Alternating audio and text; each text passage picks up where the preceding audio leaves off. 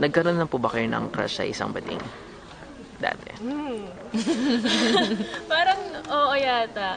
Oo. They're showbiz din. Hindi. Hindi. Hindi.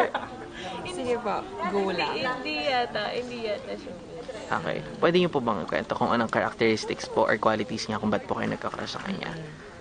Well, unang-una, syempre na-attract ka sa isang person base sa itsura niya. Syempre, cute siya. Ganyan, may mga times na, ganun talaga, sayang ka. Pero, Ganun pero nung nalaman niyo po na, hinihinayang niya. nung nalaman niyo po na bading siya, ano pong naramdaman? Sa akin, okay lang naman. Crush niyo pa rin? Oo.